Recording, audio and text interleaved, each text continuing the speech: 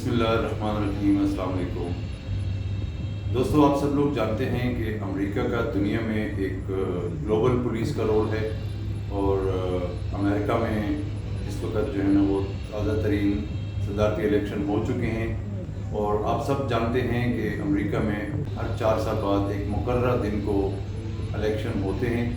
आप सब ये भी जानते हैं कि डोनाल्ड ट्रंप दूसरी दफ़ा भारी अक्सरियत से जीत चुके हैं और कैमला हैरिस हार चुकी हैं।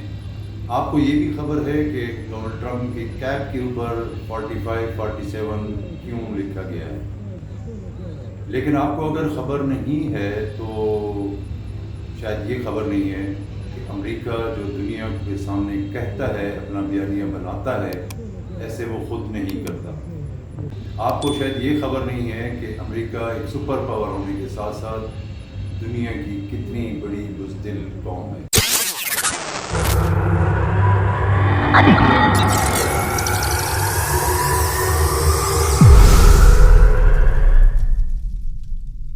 दोस्तों, रिसेंटली नवंबर 2024 में सदारती इलेक्शन हुए और उसमें डोनाल्ड ट्रंप दूसरी दफ़ा भारी अक्सरियत से कामयाब हो गए हैं और कैमला हैरिस जो है वो नाकाम हो गई हैं।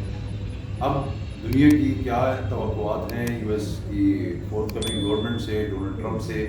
हर मुल्क, हर शख्स अपनी मफादात को सामने रखते हुए तज्जिए और तबसरे कर रहे हैं, लेकिन दो बड़ी इम्पॉर्टेंट चीज़ें जो कि अमेरिका की एक बहुत ग्रेट पॉलिसी को उन्होंने एक्सपोज किया है और उन्होंने नफ़ी किया है और दुनिया के सामने एक झूठ जो उनका है वो दुनिया के सामने उभर कर आया है, वो दो चीज़ें हैं।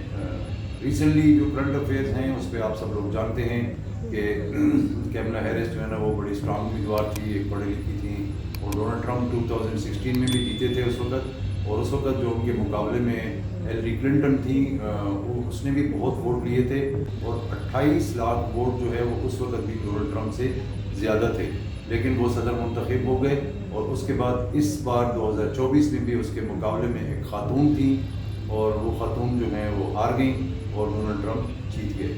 अब ये हार और जीत हुई ये एक अलग सब्जेक्ट है। मैं जो आपको ये बताना चाह रहा हूँ कि अमेरिका दुनिया के सामने दो चीज़ों में क्यों एक्सपोज हुआ।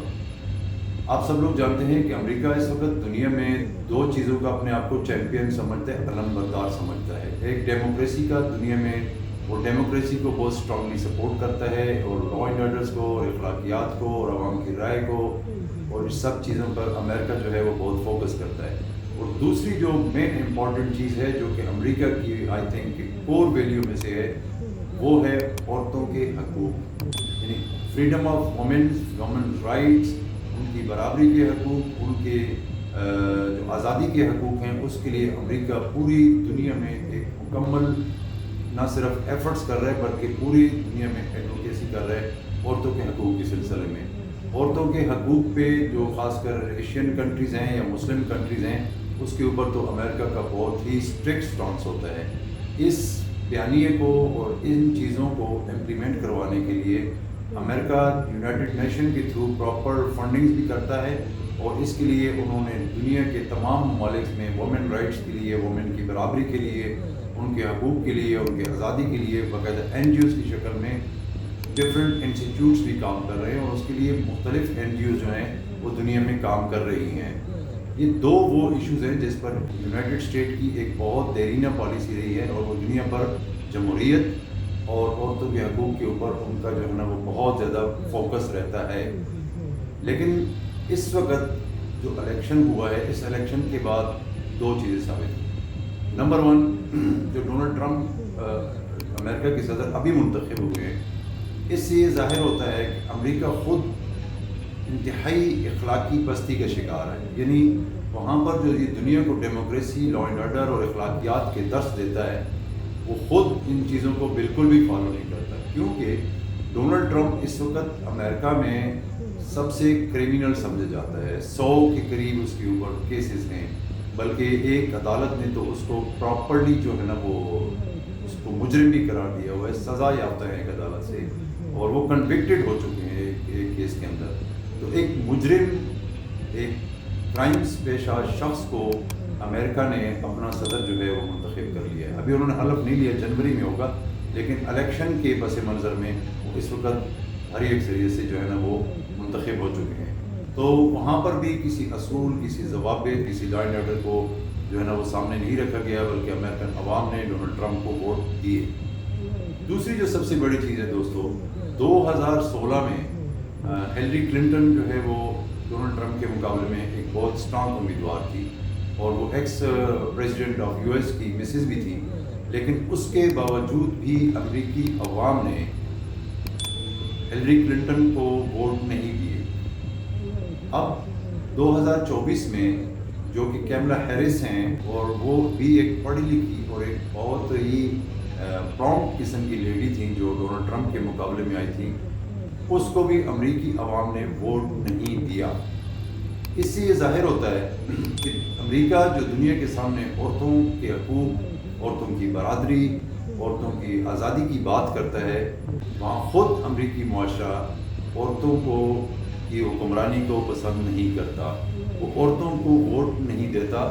وہ دوسروں کو تو کہتا ہے کہ آپ عورتوں کو برابری رکھیں، اور اس کے جو ممالک ہیں، جو چھوٹے ممالک ہیں، اس کے زیر سایہ یا زیر اثر جو ممالک ہیں، وہاں پر تو حکومتی لیول کو چھوڑے بلکہ چھوٹے سے چھوٹے ادارے میں بھی عورتوں کو برابر کی سیٹیں دی گئی ہیں، اور ان کو جابس کے حوالے سے، ان کو گورنمنٹ کے اندر، ان کو سرکاری اداروں کے اندر، ان کو اس لیے کہ امریکہ جو ہے نا وہ ناراض نہ ہو جائے اور ہم ان کی پالیسی کو فالو کریں اور عورتوں کو جو ہے نا وہ ایکول رائٹس دیں. بٹ یہ ایکول رائٹس امریکہ میں کیوں نہیں ہیں؟ امریکہ میں اگر دوسری مرتبہ ایک خاتون کھڑی ہو رہی ہیں تو وہ الیکشن کیوں نہیں جیت سکتی؟ امریکن کی جو عوام ہے وہ ان کو ووٹ کیوں نہیں دیتی؟ امریکن عوام، امریکہ اٹ سیلف عورت کی حکمرانی سے اتنا خوفزدہ کیوں ہے؟ یہ دو ایسے امپورٹنٹ سوال ریز ہوئے ہیں امریکہ کی پالیسی کے اوپر کہ جن سے یہ ظاہر ہوتا ہے کہ امریکہ کی جو قول اور فعل ہے اس میں بہت بڑا تضاد ہے. وہ جو دنیا کو کہتا ہے، دنیا کو جس چیز کے لیے ڈکٹیٹ کرتا ہے، وہ کام وہ خود نہیں کرنا چاہتا. اب اگر آپ مثال لیں جو کہ تھرڈ ورلڈ کنٹریز کے ممالک، جس طرح ہم پاکستان، انڈیا، بنگلہ دیش، یہ تو کسی مطلب ایک کھاتے میں نہیں ہے نا یو ایس کے مقابلے میں.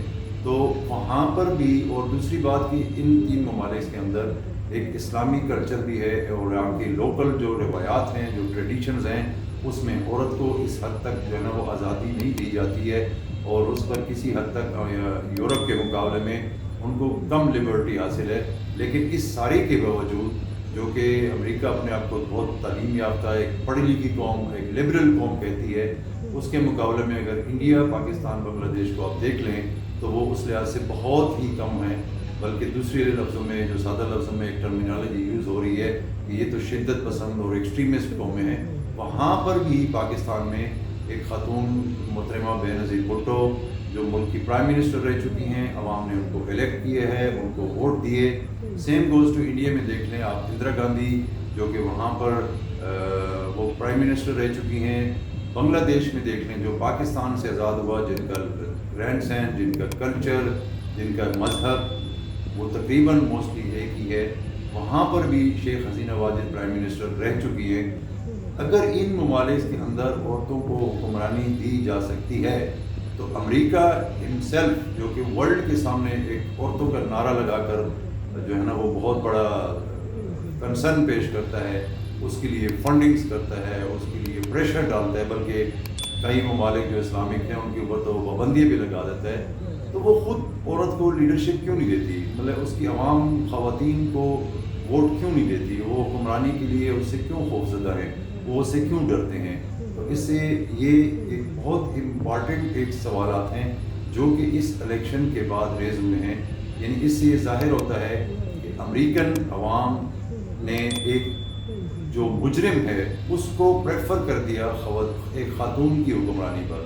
ایک خاتون کی حکمرانی سے وہ اس حد تک خوفزدہ ہیں کہ اس کو انہوں نے ووٹ نہیں دیا، لیکن ایک شخص جو آلریڈی کورٹ سے جو ہے نا وہ اس پہ جرم ثابت ہو چکا ہے اور کنوکٹڈ ہے، اس کو انہوں نے ووٹ دے دیا اور اس کو پریفر کر دیا. یہ دو سوالات کے جوابات ڈھونڈنے کی ہم کوشش کریں گے. آپ لوگ اپنے رائے کا ضرور اظہار کریں اور کمنٹ سیکشن میں اپنی رائے دیں کہ امریکہ کس حد تک اس کا उसका झूठ, उसका प्रोपेगेंडा एक्सपोज हो चुका है, क्योंकि जो वो दूसरों के लिए चाहता है वो नहीं करता। आप लोगों का बहुत बहुत शुक्रिया।